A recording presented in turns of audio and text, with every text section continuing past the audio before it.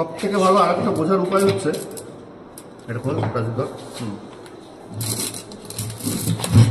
এই দেখ এখানে যে সেন্ট্রিফিউগাল সুইচ আছে না, এই যে সেন্ট্রিফিউগাল সুইচ, এটাকে সেন্ট্রিফিউগাল সুইচ বলা হয়। দেখ দেখেছিস? এই দিকে চেপে দাও,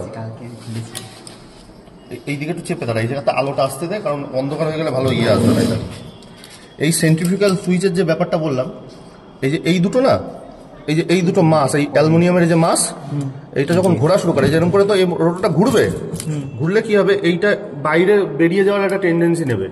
যখন বাইরের টেন্ডেন্সি নেবে, এবার 50 to 70% যখন এই মোটরটা স্পিড অ্যাচিভ করে ফেললো, তখন কি হবে, তখন এইটা এরকম ভাবে ফাঁকা হয়ে যায়।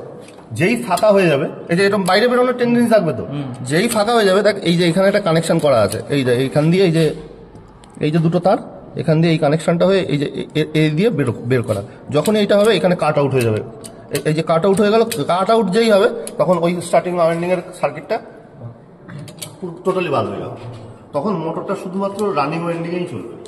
ঠিক আছে, বুঝা গেল? তো এই তারগুলো তোরা খোল, রেজিস্ট্যান্স মাপ। ঠিক আছে, এই সব তারগুলো এরকম করে খুলে ফেলে প্রথমে রেজিস্ট্যান্স মাপ, রেজিস্ট্যান্স মেপে এই কানেকশনটা কর। রাহুল